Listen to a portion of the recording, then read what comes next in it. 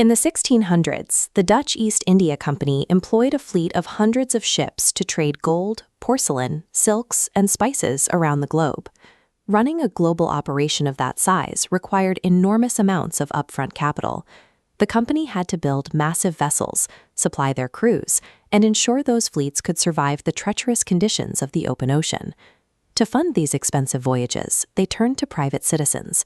Individuals could invest their own money to sponsor the trip, and in exchange, they received a proportional share of the ship's eventual profits.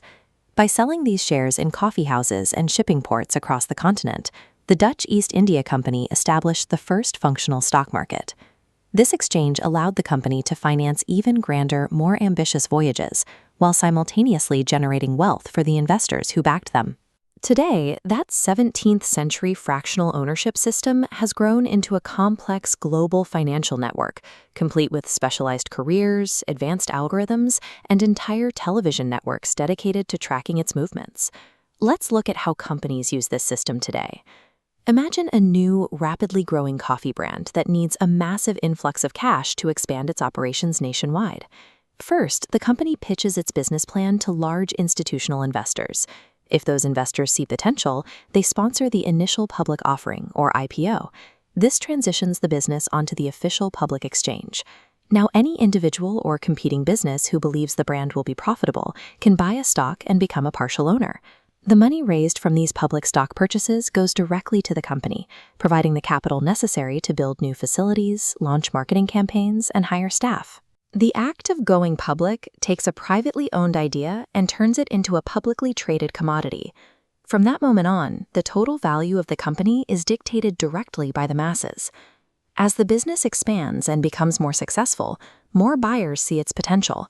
That rising demand increases the price of the stock, raising the company's market value. But companies are subject to external pressures. Fluctuations in raw material prices, sudden shifts in labor costs, or new production technologies can quickly threaten profitability. Buyers are also reacting to subjective variables. A sudden change in corporate leadership, a wave of bad publicity, or shifting international trade policies can easily spook investors. On top of that, plenty of investors simply decide to sell their shares, to buy a house, fund a retirement, or pursue personal interests. All of these variables, objective metrics, subjective fears, and personal choices, create constant daily noise.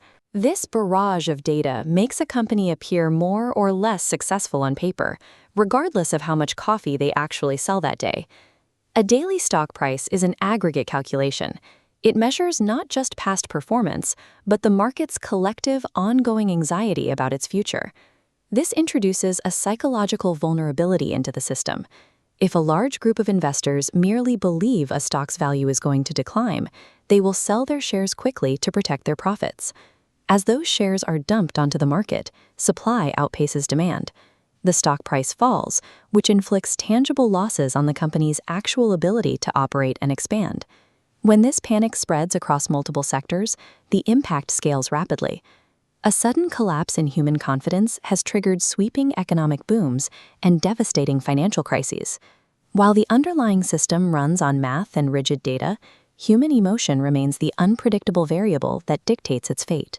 Because this daily noise is nearly impossible to predict, most financial professionals advise against trying to make quick cash.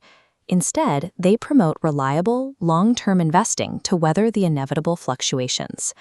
For centuries, participating in this system and reaping the rewards of long-term growth was a closed loop, tightly guarded by the wealthy and well-connected. The spread of internet connectivity dismantled those traditional barriers. Everyday people could suddenly log on and execute trades using the exact same systems as massive institutional banks. This access allows anyone willing to educate themselves about the market's mechanics to buy stocks, directly support the businesses they believe in, and build toward their own financial goals. Modern global finance no longer relies on wooden ships and handwritten ledgers, but the underlying logic remains constant. Investing is a vote of confidence in human ingenuity.